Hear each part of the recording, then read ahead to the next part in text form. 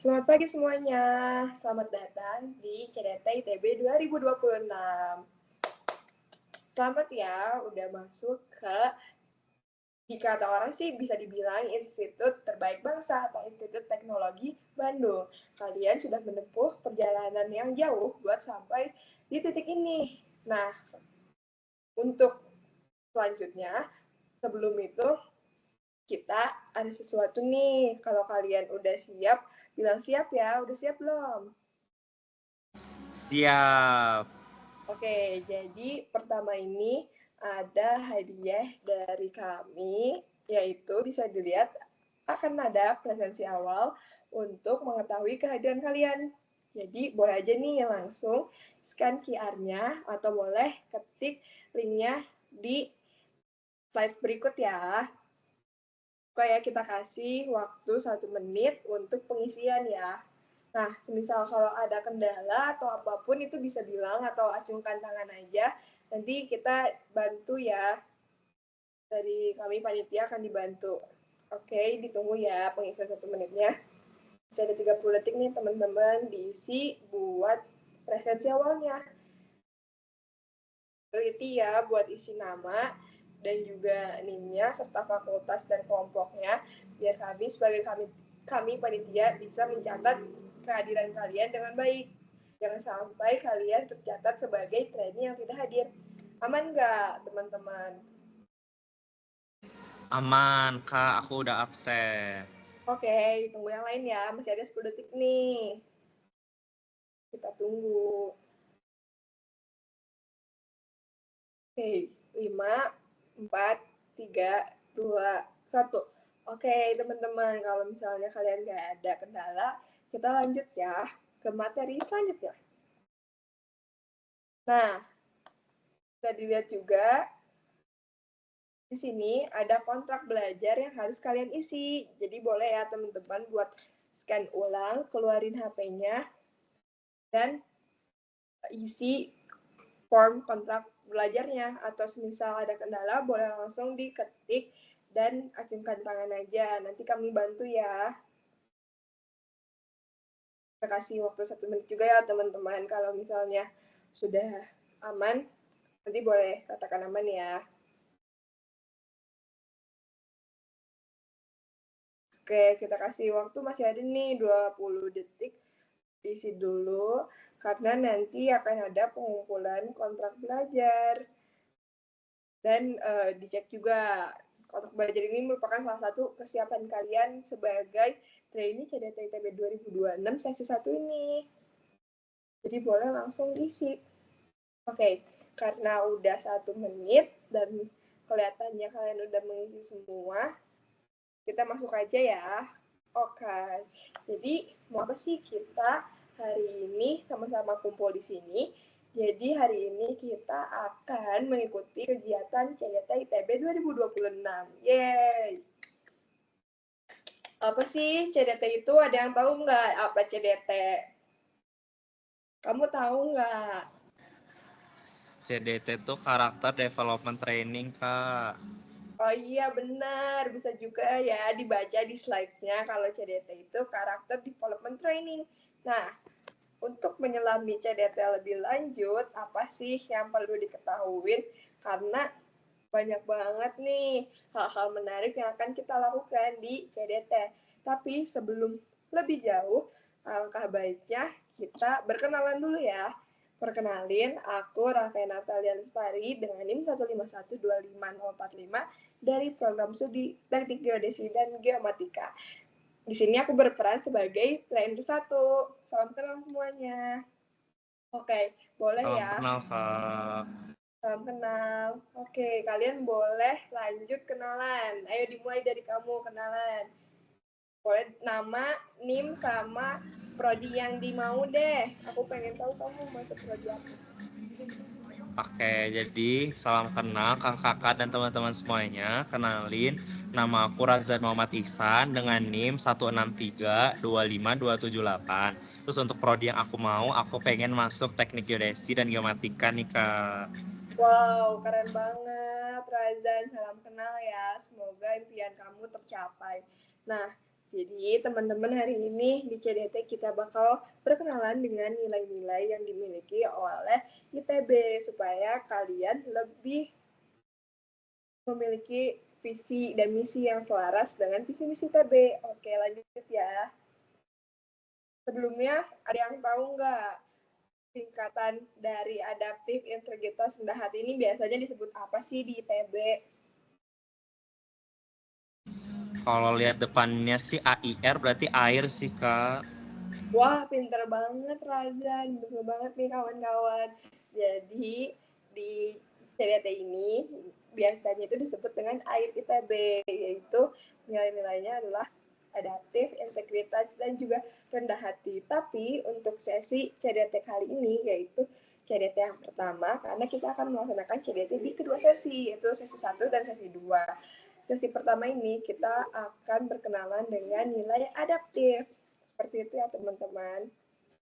Nah, untuk selanjutnya kita akan menyaksikan dan menonton sambutan dari WLAM. Jadi sebelum kita masuk, ada nih yang menyambut kalian dari pihak kampus. Jadi sebaiknya kita sama-sama tonton dan simak dulu ya teman-teman.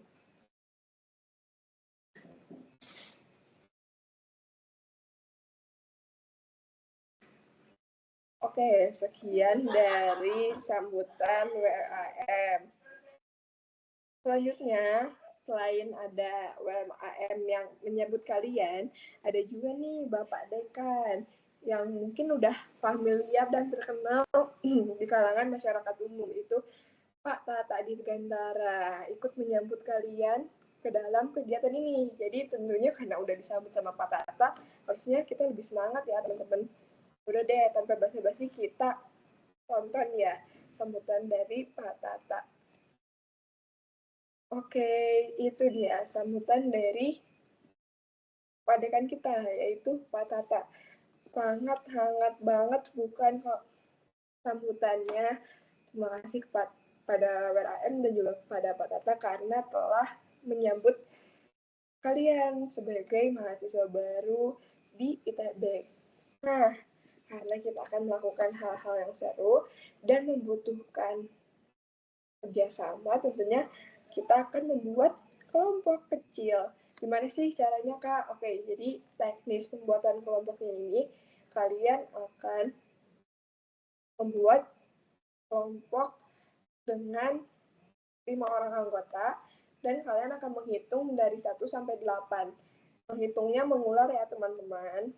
Ayo coba hitung mengular, teman-teman. Dari sisi kanan ya, boleh ke sisi kiri, hitung sampai 8. Oke, 1, 2, 3, 4, 5, 6, 7, 8. Nah, kalian harus memastikan anggota kalian ini terisi dengan 5 anggota per kelompok ya teman-teman, supaya nanti di kegiatan selanjutnya ini adil permainannya, karena kalian memiliki anggota yang sama. Oke, kalau udah, boleh ya kita arrange duduknya. Kalian diperkenankan untuk duduk bersama kelompoknya. Jadi teman kelompok kalian duduknya dekat-dekatan nih teman-teman, boleh satu baris menyamping ataupun depan belakang, itu boleh banget ya. Yuk ditunggu yuk 1 menit ya duduk buat mengubah posisi duduk. Oke, karena kelihatan udah duduk sama kelompoknya nih, boleh ya duduk rapi lagi untuk siap mendengarkan materi selanjutnya. Nah, materi yang pertama ada Adaptive and College Adjustment. Sebelum itu, mari kita tonton video yang akan diberikan. Buat kalian makin kebayang. Oke, kita tonton dulu ya, teman-teman.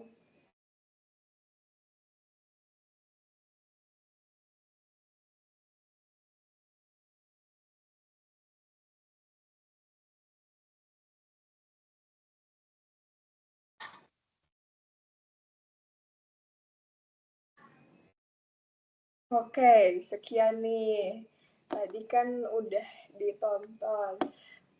Nah, setelah menonton video, tentunya kalian merasakan bisa relate nih. Kalau kalau misalnya kalian masuk ke lingkungan baru dan mungkin ada ketakutan, tapi sebelum itu kita akan main find the difference. Jadi akan diberi topik oleh kami panitia, yaitu 5 topik tentang pertemanan, budaya lingkungan, ekspektasi, terus cara berpakaian, dan juga jadwal perkuliahan. Nah, setelah itu, ayo kita diskusi.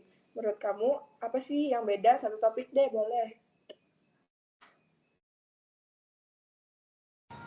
Pengen ini gue jawab atau enggak sih? Beda. Oke, jadi kalau misalnya aku ngerasa perbedaan dari SMA ke kuliah itu kayak misal pertemanan lebih beragam, terus secara kayak kalau aku lihat berpakaiannya juga lebih fleksibel gitu-gitu sih, Kak. Oke, tepat banget nih. Jadi tentunya pasti ada perubahan. Dan apa yang harus kita lakukan? Yaitu kita harus menerapkan adaptif seperti yang sudah disebutkan nilai dari AIUTB. Adaptif ini merupakan fleksibilitas perubahan dalam tingkah laku yang perlu dilakukan untuk memenuhi kebutuhan dan memenuhi tuntutan yang timbul dari lingkungan. Nah, biar makin kebayang tentang adaptif, kita lihat ya videonya disimak. Oke.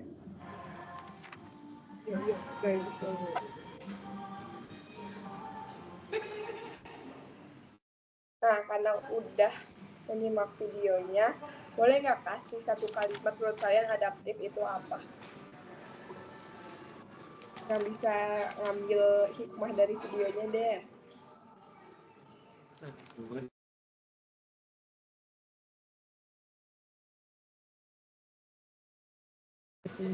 Next saja, Peng. Waktu agak mepet sih. Nah, jadi kesimpulannya tuh gimana kita menyadari bahwa adanya perubahan lingkungan dan menggunakan cara yang sama atau cara yang baru seefisien mungkin untuk menghadapi perubahan tersebut. Nah, di adaptif ini ada beberapa hal yang harus kalian lakukan. Karena kalian berada di lingkungan kampus, berarti perubahannya itu disebut college adjustment. Aspeknya itu ada 4. Yang pertama, ada academic adjustment di mana kalian perlu menyesuaikan tuntutan akademik sehingga memperoleh hasil akademik yang memuaskan. Kalian bisa melakukan upaya-upaya yang sudah diperlihatkan di slides. Nah, kemudian yang kedua ini ada social adjustment. Jadi karena kita sebagai makhluk sosial, tentunya kita tidak bisa memungkiri bahwa kita membutuhkan makhluk lainnya, sehingga diperlukan social adjustment untuk memenuhi tuntutan interpersonal. Nah, yang ketiga ini ada personal emotional adjustment. Selain sosial dengan orang lain, interpersonal tentunya kita juga memerlukan intrapersonal atau diri sendiri, yaitu menghadapi perilaku dan ekspresi emosi untuk menghadapi tantangan secara efektif menjadi pribadi yang lebih sehat, produktif, dan juga memaksimalkan potensinya. Terakhir, dari aspek college adjustment, yaitu ada institutional adjustment, di mana ini tuh penyesuaian institusi antara komitmen mahasiswa dengan tujuan kampus, sehingga nanti tercipta kesesuaian nilai antara pribadi dengan nilai institusi yang tercermin dalam tata tertib, budaya, iklim kampus, dan suasana belajar sehingga mendorong kenyamanan motivasi mahasiswa untuk berkontribusi. Nah, kalau teman-teman menyimak, boleh dong ada satu orang yang menyebutkan 4 aspek college adjustment. Gak apa-apa kok, sebutin aja, nggak usah didefinisikan. Apa aja nih aspeknya tadi college adjustment? Ada 4, Kak. Benar, apa aja jadi tuh? ada sosial, akademik, personal emosional, sama institusional. Betul, jadi benar banget tadi yang dikatakan oleh teman-teman kita nih, yaitu Raiza, ada 4.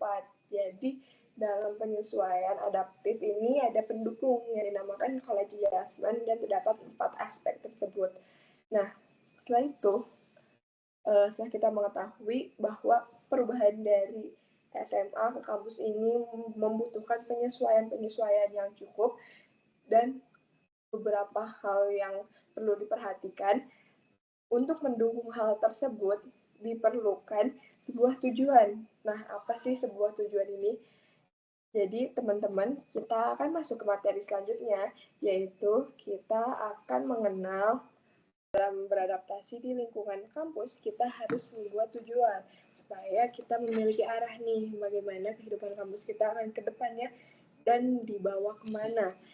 Tapi sebuah tujuan ini nggak hanya tujuan asal, kita tuh harus menciptakan SMART goals. Biar kebayang SMART goal itu apa sih? Kita tonton ya videonya bersama. Nah, jadi teman-teman setelah menonton videonya, semoga bayang ya apa itu SMART goals. Tapi boleh deh aku rinciin lagi apa itu SMART goals. Jadi SMART goals ini merupakan akronim dari SMART. Yang pertama itu ada specific, R-nya itu measurable, A-nya itu achievable, R-nya itu relevant, dan T-nya itu time bound. Nah, spesifik ini tuh harus menjelaskan bahwa tujuannya itu spesifik, fokus, tidak ambigu, dipaparkan dengan bahasa yang lugas, atau bisa menjawab pertanyaan what and why.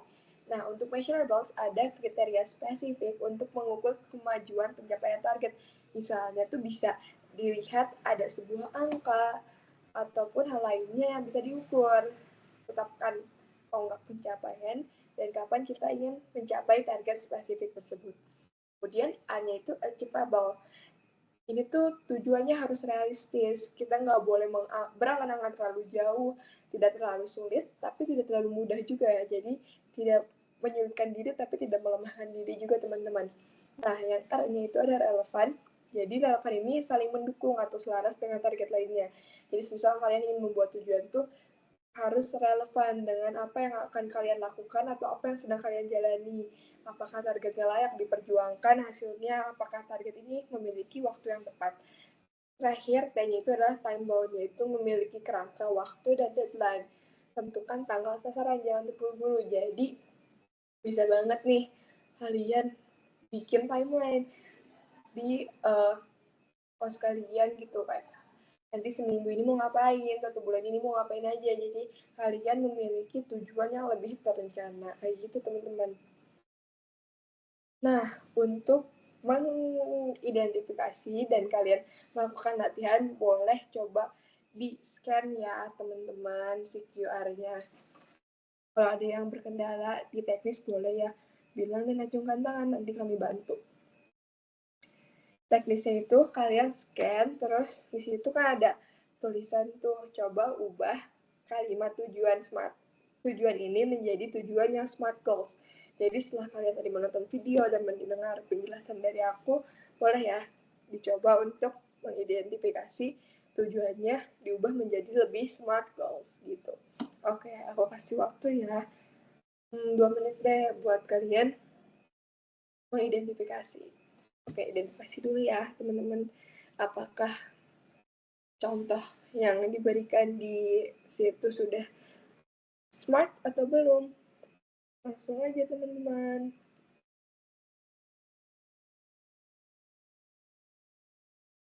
Oke, 1 menit lagi ya waktunya.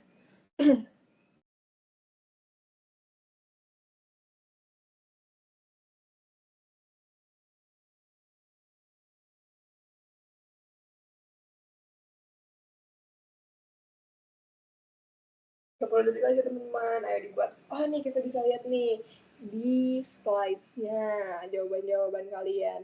Udah mulai ngerti nih gimana cara mengubah tujuan menjadi tujuan yang lebih smart. Tapi ada beberapa juga nih yang belum paham. Nanti habis ini kita bahas bareng-bareng lagi ya teman-teman. 30 detik terakhir.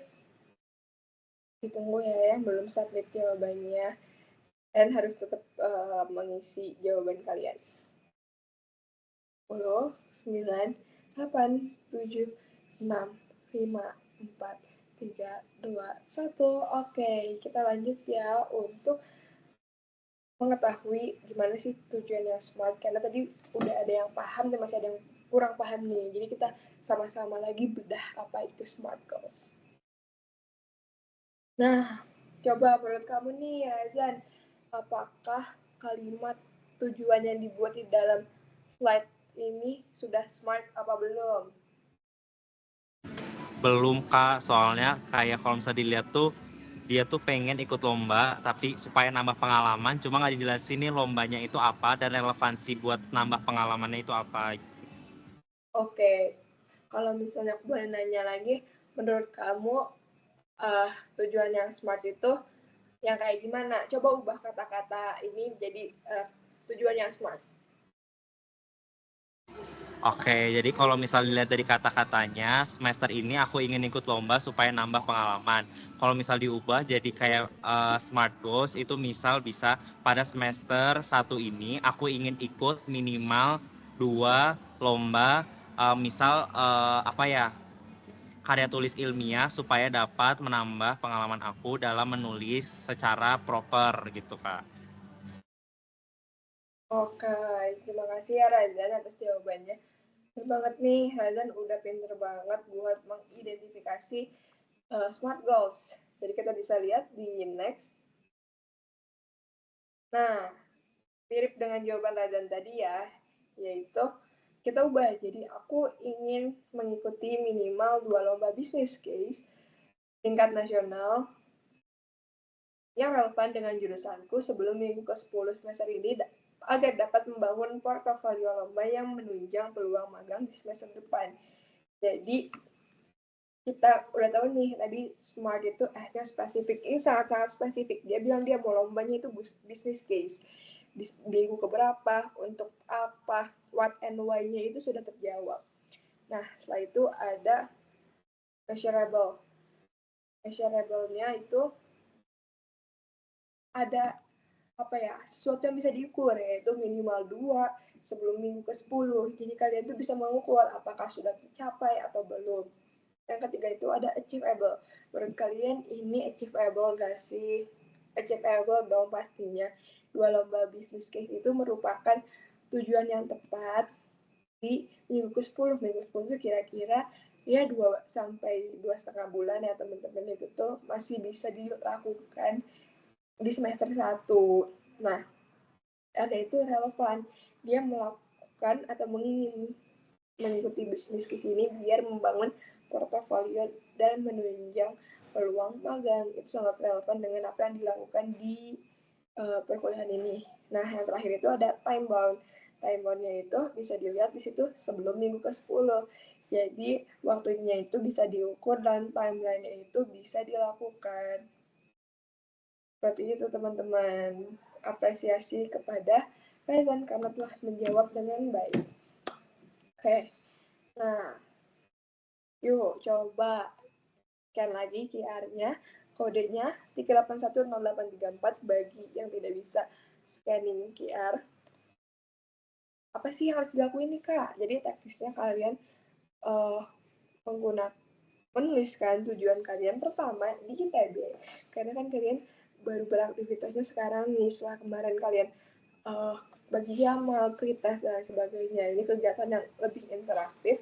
Jadi kalian membuat tujuan pertama di ITB menggunakan metode SMART Goals.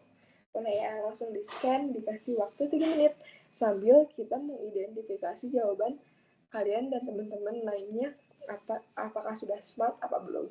Kayak kita bisa lihat nih di depan di slides. Wow, keren banget. Ada yang katanya mau ikut lomba bisnis case juga, minimal 3 di 1 semester.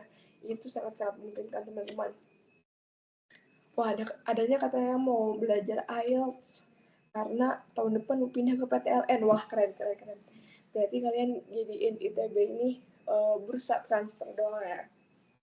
Oke, kalau misalnya ada kesempatan yang lebih baik yang bisa diambil, ambil aja teman-teman. Pasti didukung kok. Oke, masih ada nih 1 menit buat kalian tulis smart kalian. Tulis sebaik mungkin dan se-smart mungkin ya teman-teman. Siapa tahu ini bisa jadi doa kalian ke depannya.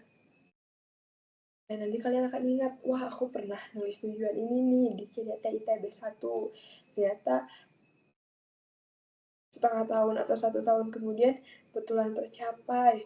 Itu kan bisa menjadi sesuatu yang baik ya. Dan kita sambil lihat bareng-bareng slide-nya di depan, sama-sama mengaminkan teman-temannya untuk mencapai hal tersebut. Oke. Nah, jadi boleh nih aku cerita dikit juga. Jadi selama aku menjalani CDP 1 juga, aku pernah di posisi kalian tahun kemarin. Aku tuh nulis smart goals aku bahwa aku di semester pertama atau semester PB itu ingin mencapai IP minimal 3,6 untuk menunjang nilai aku atau IP kumulatif aku ke depannya supaya aku bisa lulus dengan kumulat. Nah, walaupun IP aku tidak mencapai di nilai tersebut, tapi setidaknya aku jadi punya tujuan untuk dicapai. Jadi aku tuh selalu ingat selama aku kayak kesusahan TPB ataupun aku lagi merasa demot gitu di TPB, aku masih ingat, oh tujuan smart aku dulu di CDT 1 itu aku pengen punya IP minimal 3,6. Aku harus mencapai tujuan tersebut karena aku sudah merancang tujuannya sedemikian rupa spesifik. Aku ingin IP sekian untuk apa dan kenapa. Terus measurable juga 3,6. Terus habis itu achievable, ya itu achievable ya teman-teman kalau kalian belajar dengan giat. Terus relevan karena itu mendukung perkuliahan aku, untuk portofolio aku sama masa perkuliahan itu aku ingin kumulat. Terus habis itu time point itu ada di semester 1, berarti 6 bulan. Nah, semoga apa yang kalian tuliskan juga bisa menjadi patokan kalian dan tujuan kalian supaya kalian gak kehilangan arah selama nanti di TPB ataupun kedepannya. Kalian bisa nih bikin smart goals di tiap semester atau mungkin kalian pengen 3 bulan sekali bikin smart goals. Nanti di 3 bulan pertama smart goal kalian udah tercapai. Terus mau bikin lagi karena aku jadi semangat buat mencapai hal tersebut gara-gara smart goals. Boleh banget teman-teman, jadi kayak diimplementasikan di kehidupan sehari-hari kayak gitu. Dan smart goals kamu sendiri apa nih kalau boleh tahu?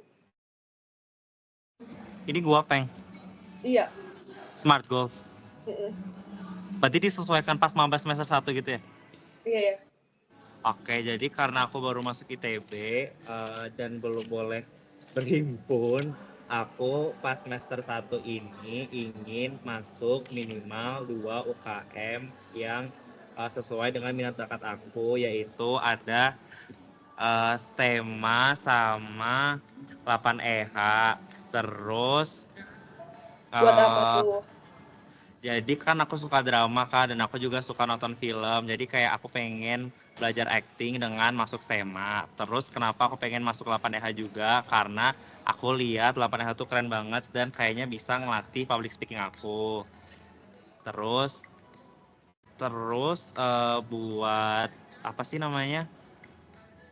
Buat waktunya buat relevansinya aku pengen ngambil relevansinya itu, terus aku juga pengen jadi staff salah satu divisi di kedua UKM tersebut sebelum semester 1 berakhir. Cukup.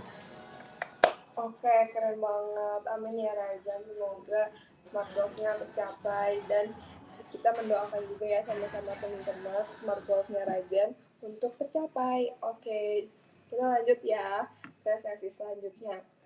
Nah, jadi untuk beradaptasi di perguruan tinggi dan melaksanakan tujuan, jadi tadi kita udah bahas penuhnya sikap adaptif, terus juga nilai-nilai college adjustment, dan membuat smart goals. Ternyata CDT menyediakan implementasi college adjustment berupa permainan. Yeay, siapa yang excited? Kita akan main nih. Oke, jadi nama permainnya itu Into the Wild. Kira-kira dari judulnya kita akan ngapain ya? Kayak wild, apakah ini akan permainan liar? Apa kalian akan saling satu sama lain? Kita akan saksikan ya cara bermainnya, teknisnya, semuanya fokus. Oke, penjelasannya.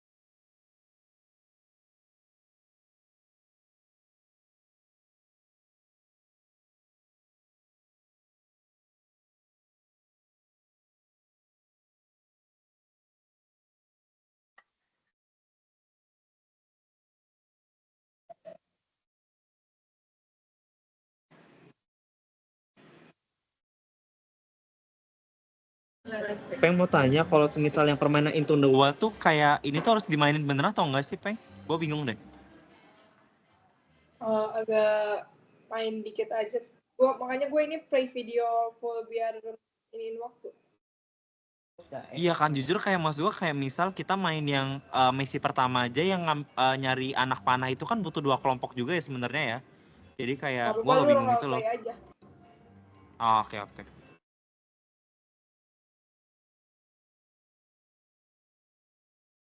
Oke teman-teman, jadi itu teknis penjelasan dari permainan pertama, yaitu Game Into the Wild. Jadi kita akan menjalankan 2 misi. Nah, di misi pertama ini teknisnya kayak tadi ya, kalian itu membutuhkan 3 anak panah untuk melanjutkan perjalanan kalian. Nih, ringkasannya itu, jadi nanti aku sebagai trainer akan memberikan pertanyaan kepada kedua kelompok. Jadi teknisnya itu one versus one kelompok. Nah, gimana kalau misalnya kalian ingin langsung membeli kunci jawaban kayak, Kak, aku nyerah deh, aku mau tahu jawabannya apa. Itu mas, bapak kalian akan berkurang 15. Kalian ini awalnya 90 kan masnya. Terus apabila salah menjawab, yaitu 10 batang. Dan kemudian kalau kalian udah salah jawab, dan yang satunya lagi kelompoknya benar, itu akan dikurangi 10 lagi. Jadi kalian total akan 20 emas. Tapi jika tidak ada kelompok yang menjawab sama sekali, itu kalian akan dikurangi 15 saja. Nah, kalau misalnya kalian ketahuan curang, kalian akan dikurangi 25 emas. Tapi Kak, kalau misalnya temen kelompok lain itu jawabannya salah dan aku cuma diam, aku bakal dikurangi berapa? Teman kelompok lain itu akan dikurangi 20 karena dia pertama salah, tapi di akhir dia tetap dapat anak panah, sedangkan kalian itu hanya pengurangan dari dapat anak panah, tapi kalian diam, jadi kalian cuma 10 gitu ya teman-teman. Coba nih jawab ya kelompok Raizan dan kelompok sebelahnya. Pertanyaannya, jika pertanyaan ini aja deh, siapa wali kota Bandung saat ini? Pertama, A. Ridwan Kamil. Kedua, Bahlil. Ketiga, Gibran. C. Gibran. D. Farhan. Itu Bayanaka. Menurut kalian siapa wali kota Bandung pada saat ini? Ayo, nggak boleh ya, nggak boleh curang ya. Coba diskusi, pakai strateginya, Peng pakai jujur gue nggak tekniknya. tahu ini jawab apa deh, bebas sekali ya. Bebas. Oke, jawabannya C. C, jawabannya Gibran. Salah ya, kelompok Raizan. Ya Jadi, salah. nah, coba kelompok lainnya mau berusaha jawab gak? Jadi kelompok lain ini udah min 10 emas ya, teman-teman. Oke, kelompok lain jawab. Oh, kelompok lain strateginya memilih untuk tidak menjawab. Oke, aku hitung mundur ya. 15 detik. 15, 14, 13, 12, 11, 10, 9, 8, 7, 6, 5, 4, 3, 2, 1. Oke, karena kelompok kerajaan salah menjawab dan kelompok lainnya tidak menjawab, berarti kelompok kerajaan dikurangi 20 poin untuk mendapatkan anak panah, dan kelompok sebelahnya hanya dikurangi 10 emas. Jadi total kelompok kerajaan sisa 70, sedangkan kelompok A hanya sisa 80 emas. Oke, lanjutkan ya ke pertanyaan kedua. Oke, kemudian akan dilanjutkan ke pertanyaan ketiga. Nah, jadi karena kalian sudah mendapatkan emas dan kelompok kerajaan sisa 30 emas karena tadi berturut-turut salah menjawab, dan kelompok sebelahnya sisa 50 emas, kita akan melanjutkan permainan ya teman-teman. Kita coba tonton teknis selanjutnya. Misi kedua. Apa sih yang bakal kalian lakuin di misi kedua? Kita simak ya.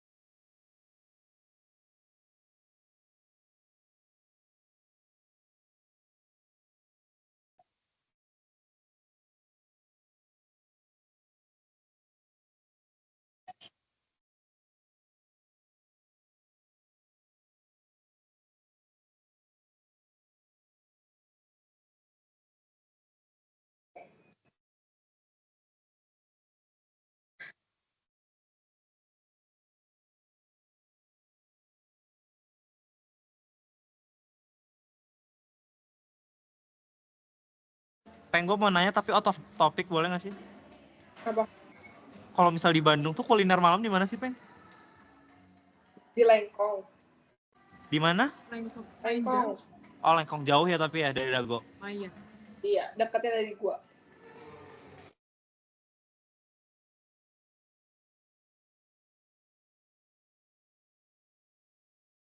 Oke, waktunya berdiskusi nih, teman-teman. Jadi, di kertas yang kalian dapatkan itu, kalian memiliki variasi barang yang berbeda-beda. Tapi kalian bisa membuat solusi, yaitu pertama membuat api unggun dengan peralatan yang wajib dimiliki, kayu, minyak tanah, pipa angin, ataupun korek api. Terus yang kedua itu ada membuat lubang jebakan.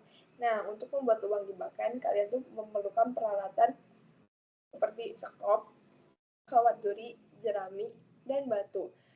Oke, aku kasih waktu dulu 2 menit untuk kalian diskusi strategi apa yang akan kalian lakukan dan variasi solusi mana yang akan kalian pergunakan untuk membuat untuk menyelamatkan diri kalian dan kelompok kalian dari binatang buas. Oke, silakan kalian berdiskusi.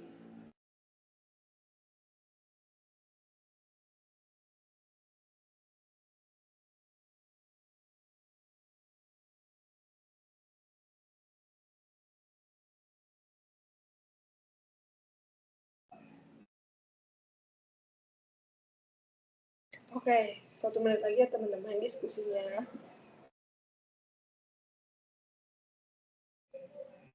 Kalau yang masih dibingungkan terkait teknis dan ingin ditanyakan, boleh ya ditanyakan.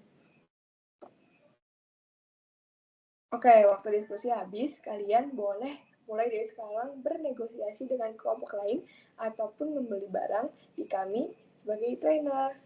Tapi sebelum itu ada plot twist. Jadi dikarenakan ketika di hutan kalian bertemu dengan monyet-monyet yang merampas emas kalian. Jadi emas kalian berkurang 50%.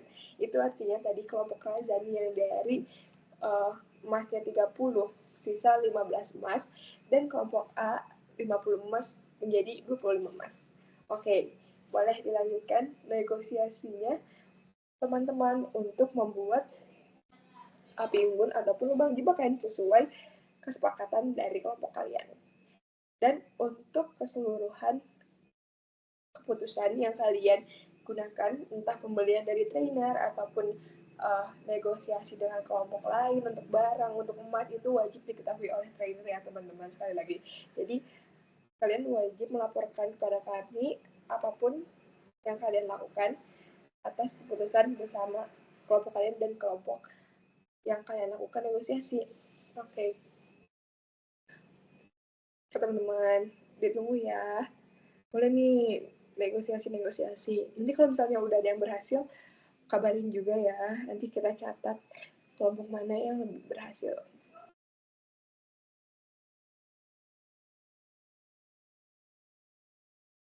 Wah, udah ada nih kelompok C berhasil membuat lubang jebakan. Oke, keren banget kelompok C. Gimana nih?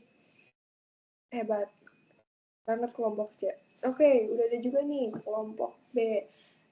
Kalau kelompok C tadi bikin lubang jebakan, sekarang kelompok B membuat api unggun. Oke, karena waktunya sudah habis teman-teman, jadi buat kelompok yang belum berkesempatan memenangkan permainan atau bisa dibilang kalian mati di pulau tersebut, nggak apa-apa ya teman-teman. Nah, ayo nih kita diskusi siapa yang berani menceritakan bagaimana strategi kelompoknya dan apa aja yang udah dilalui kelompoknya. Coba Razan, gimana tadi hasilnya, berhasil apa kalah, terus apa aja sih yang udah kalian lakuin untuk mencapai kemenangan atau kekalahan tersebut? Oke, tadi buat kelompok aku tadi kalah karena sebenarnya dari misi 1 itu kita kurang strategi nih Kak. Jadi kita banyak jawab pertanyaannya itu salah. Terus jadi di awal misi itu kita udah kekurangan emas banyak banget. Terus tadi tiba-tiba kita kan dikurangin 50% ya. Nah itu makin dikit lagi nih. Terus tadi pas kompromi sama teman-temannya pada pelit karena nggak mau bagi emas nih. Terus jadi kita nggak dapat barang-barangnya dan berakhir kalah nih Kak. Wow, panjang banget ya perjalanan kelompok Razan. Jadi dia udah strategi di awalnya kurang tepat, terus habis itu tiba-tiba ada mendadak plot twist pengurangan emas, dan juga ketika bernegosiasi dengan kelompok lain itu kurang berjalan dengan lancar. Tapi nggak apa-apa nih, karena kita akan breakdown apa aja sih yang sebenarnya kita pelajari dan kita dapatkan dari pengimplementasian college adjustment ini melalui permainan Into the Wild. Oke, jadi what we have learned atau istilah familiarnya itu hikmahnya dari misi 1.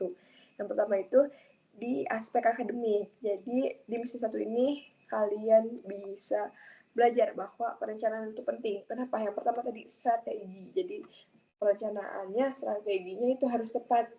Terus berani menghadapi resiko. Tadi kelihatan nih ada kelompok yang cuma diam itu emas karena kayak lebih baik kita kurang 10 daripada lebih lagi. Tapi kan bisa aja kalian menjawab dengan benar. Jadi kalian harus berani menghadapi resiko. Terus dapat menyesuaikan diri, yaitu dengan lingkungan baru yang kayak wow, pertanyaannya susah nih. Gimana ini? Kalian harus penyesuaian diri. Balik lagi, nilai adaptif. Itu dia. Terus ada aspek sosialnya, yaitu proaktif itu penting. Kalian perlu menjawab pertanyaan, terus pokoknya aktif lah. Terus tidak ragu untuk mengajak orang lain berdiskusi untuk perencanaannya balik lagi. Yang kedua, yaitu what we have learned di misi kedua atau hikmahnya. Nah, yang pertama di aspek akademik sendiri itu ada menyusun kembali strategi yang dibutuhkan. Jadi seperti nilai adaptif, kalian itu bisa mempertimbangkan apakah strategi yang lama itu efisien untuk kali ini atau strategi baru itu cara baru bisa lebih efisien untuk menyelamatkan kalian dari hewan buas kayak gitu. Terus nah proaktif mencari cara baru. Kalau misalnya ternyata cara lamanya itu udah nggak efisien, nggak relevan, kalian tuh harus proaktif mencari cara baru, yaitu bisa tadi negosiasi, terus bisa juga ada tadi kelompok yang berusaha untuk istilahnya kasarnya ngemis-ngemis ke kelompok lain buat minta emas dan lain sebagainya, tapi ujung-ujungnya berhasil. Memang banyak hal yang bisa dilakukan. Terus yang ketiga, bertanggung jawab dalam menghadapi tantangan. Kalau misalnya sudah berani mengambil keputusan tersebut, ya berarti kita harus bertanggung jawab gitu.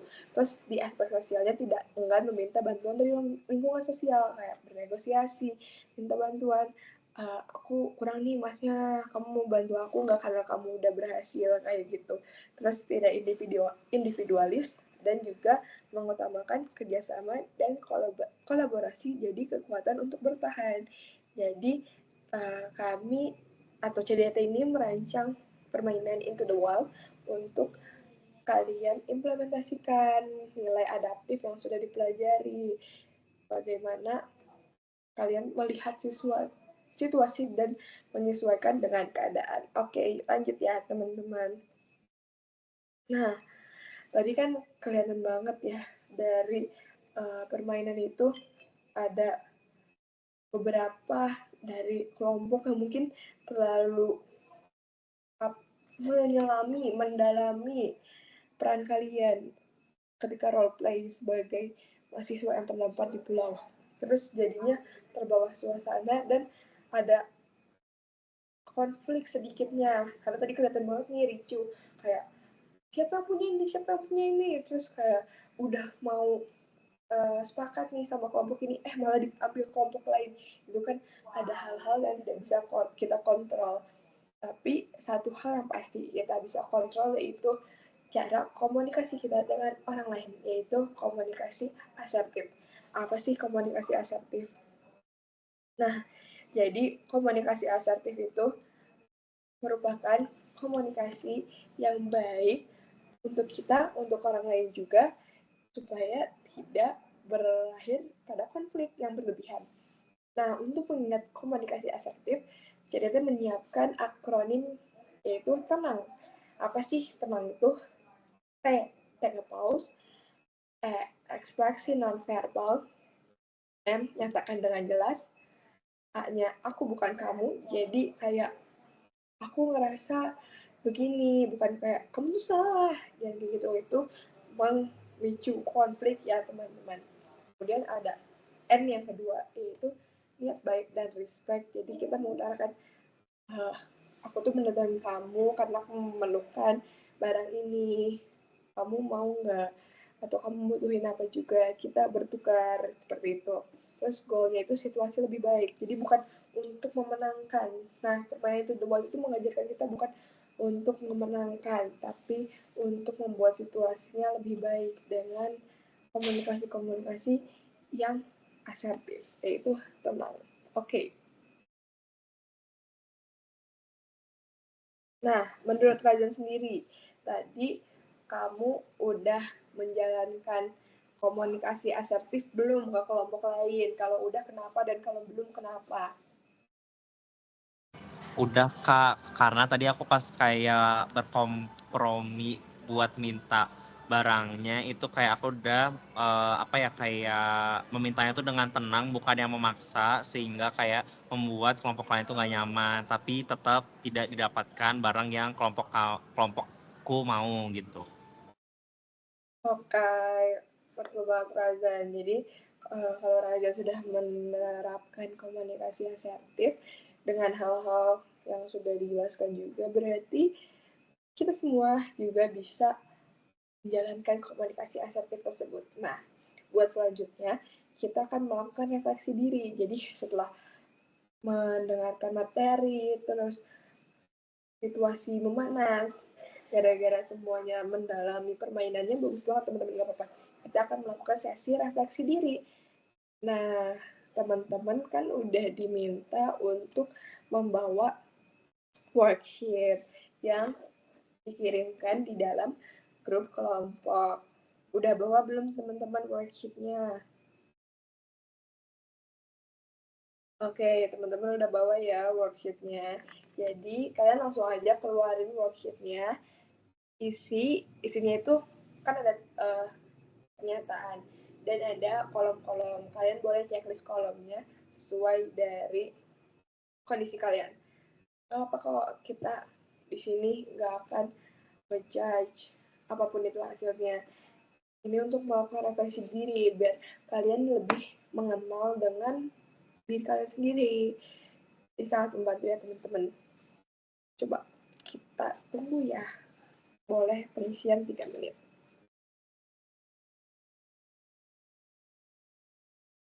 Kalau ada yang dibingungin boleh tanya ya, atau ada yang nggak bawa worksheetnya. Oke, bawa semua ya, bagus-bagus. Langsung aja ya diisi worksheetnya. 30 detik lagi ya teman-teman.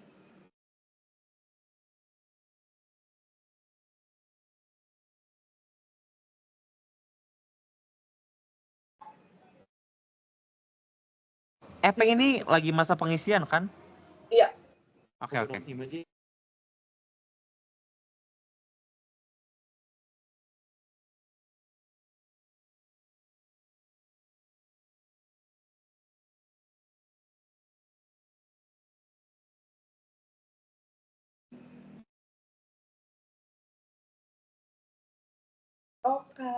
karena waktunya udah habis, boleh nih kita cek ombak ya.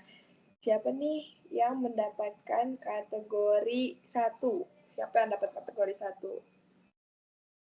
Oke, lumayan sedikit ya, cuman kurang dari 10 orang. Oke, lanjut aja.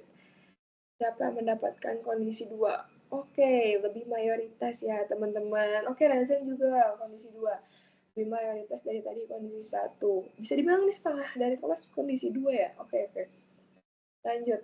Ada siapa yang dapat kategori atau kondisi 3? Sisanya. Ada yang nggak ngacung, ini dapat kategori apa ya? Apa nggak ngisi? Boleh deh, kita lihat ya maksudnya dari kategori-kategori tersebut apa sih, Kak? Nah, sharing nih. Jadi, kalau kalian mendapatkan kategori 1, berarti kalian itu saat menghadapi masalah masih perlu mencari alternatif cara untuk menyelesaikan masalah yang dihadapi. Mungkin kalian terbiasa dengan penyelesaian solusi seperti terus tapi karena sekarang kalian sudah berada di lingkungan yang berbeda dengan situasi yang berbeda dan kalian sudah masuk ke lingkungan kampus, lebih baik mencari beberapa alternatif cara lainnya agar kalian mempermudah juga nih buat adaptasinya. Nah, untuk yang mendapatkan kategori 2, jadi ketika menghadapi masalah kategori 2 ini sudah memiliki cara-cara untuk menghadapinya.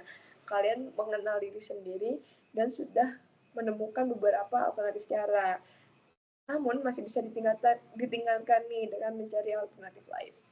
Nah, untuk kategori ketiga, ketika menghadapi masalah itu sudah memiliki berbagai cara untuk menghadapinya. Jadi, kategori ketiga ini bisa dibilang memiliki lebih lagi variasi untuk solusi pemecahan masalah. Oke, boleh sharing nggak nih, Razan? Kamu dapat kategori 2 kan tadi. Menurut kamu, kenapa kamu bisa dapat kategori 2 dan gimana kamu bakal ke depannya tuh solusinya tuh apa untuk mencari alternatif lain? Peng, sorry boleh ulangi pertanyaannya nggak yang pertama, yang awal? Kamu kan dapat kategori 2. Menurut kamu, kenapa kamu bisa mendapatkan kategori 2? Alasannya. Kenapa belum mendapatkan alternatif cara dan harus ditingkatkan? Terus gimana ke depannya tujuan kamu untuk menemukan cara-cara alternatif itu? Oke, jadi aku ngerasa dapat kategori deserve untuk dapat kategori 2 karena sebenarnya aku pribadi yang susah untuk memutuskan nih Kak. Jadi kayak sebenarnya banyak alternatif yang aku sediain, cuma karena aku orang yang susah untuk memilih, jadi agak lama gitu dalam mengambil keputusan. Terus untuk kedepannya mungkin aku bisa menanamkan bahwa keputusan itu tuh harus dipikir namun dengan taktis juga gitu. Oke. Terima kasih ya Razan atas sharingnya. Semoga segera menemukan alternatif yang tepat untuk menghadapi masa-masa perkuliahan ini dan tidak menjadikannya sebuah beban gitu. Oke. Nah, karena tadi kita udah membahas tentang komunikasi asertif, terus kita telah refleksi diri dan balik lagi ke keberjalanan permainan Into the Wild yang penuh pemanas situasinya, itu semua kan dipengaruhi dan dikelola oleh yang namanya emosi. Di sini ada nih tips and trik mengelola diri dan emosi agar situasi itu lebih baik. Jadi tidak perlu dan tidak berakhir dengan konflik. Yang pertama, identifikasi sumber dan alternatif penyelesaiannya. Jadi kita cari tahu dulu sumber emosinya itu dari mana dan bagaimana kita menyelesaikannya. Terus fokus pada hal-hal yang bisa dikontrol.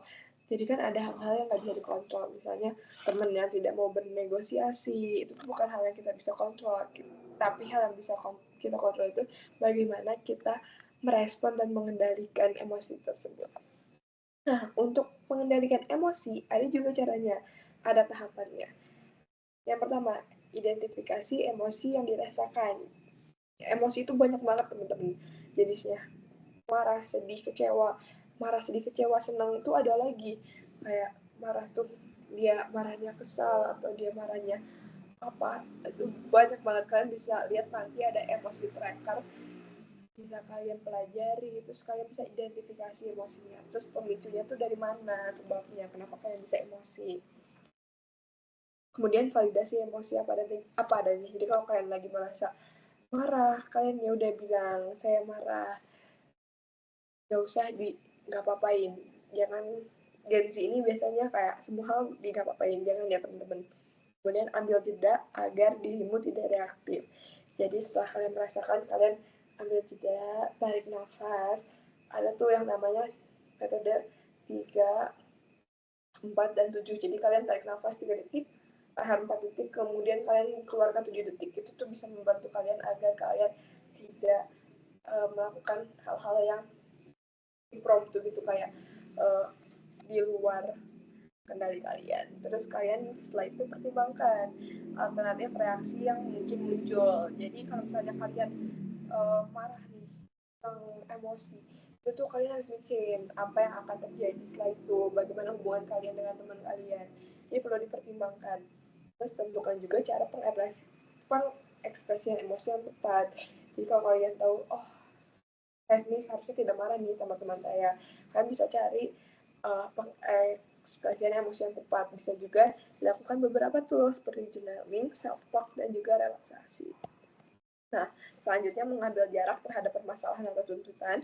Yang tadi, take a break, terus lepaskan hal-hal yang berada di luar kendali. Jadi kita kontrol apa yang bisa kita kontrol. Dan terakhir, berusaha memberikan makna positif terhadap situasi dengan tujuan untuk bisa mengembangkan diri, termasuk di dalamnya untuk mengembangkan aspek-aspek religius. Jadi kalau ingat, oh ini tuh akan menjadi pembelajaran di masa yang mendatang. Jadi kita tuh selalu positif tinggi teman-teman, dan itu pun bikin kita jadi positif person gitu. Nah, nggak kerasa nih udah ada di penghujung acara. Boleh nggak Razan rangkum materi dari awal sampai akhir yang udah didapetin di hari ini? Oke, jadi untuk materi yang aku dapetin hari ini di CDT tahap 1 hari ini, itu tadi aku belajar tentang yang pertama tentang adaptif, lalu dilanjut dengan quality judgment. Terus tadi kita sempat main dulu game tentang find the difference. Terus kita lanjut, setelah kita quality judgment, kita tuh disuruh bikin tujuan dengan tools yaitu SMART Goals, sesuai dengan kaidah-kaidah SMART Goals. Habis itu, oh ya, tadi quality adjustment juga ada implementasinya, lalu ditutup dengan refleksi. Cukup. Menurut kamu yang paling berkesan dari materi hari ini apa nih, Razan? Kalau menurut aku, karena aku sebagai maba yang baru merasakan masa transisi dari mahasiswa ke mahasiswa, jujur itu ada adaptif sama quality adjustment sih Kak, karena membantu aku dalam kayak menyesuaikan diri di lingkungan perkuliahan. Oke, semoga apa yang kalian dapatkan hari ini bisa berkesan ke depannya dan kalian selalu memegang teguh nilai adaptif ini di lingkungan kampus. Nah, karena sudah di penghujung acara, kalian punya oleh-oleh lagi nih, yaitu penugasan. Jadi kalian akan mendapatkan tugas individu CDT 1 2026 dengan teknis sebagai berikut. Boleh ya di foto teman-teman. Oke. Setelah itu, ada lagi oleh-olehnya teman-teman, belum selesai. Kalian akan mendapatkan tugas kelompok CDT 1 2026.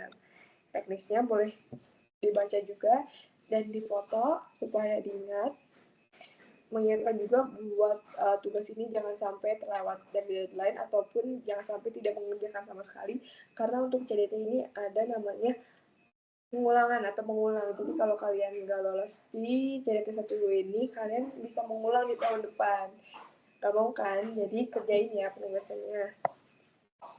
Nah, terus habis kayak gitu, kan ada post test. Boleh ya buka lagi handphonenya, dikeluarin, dan scan QR-nya teman-teman. Boleh di scan QR-nya, boleh diketik. Oke, diketiknya benar ya teman-teman. Nah, terakhir untuk menutup akan ada video.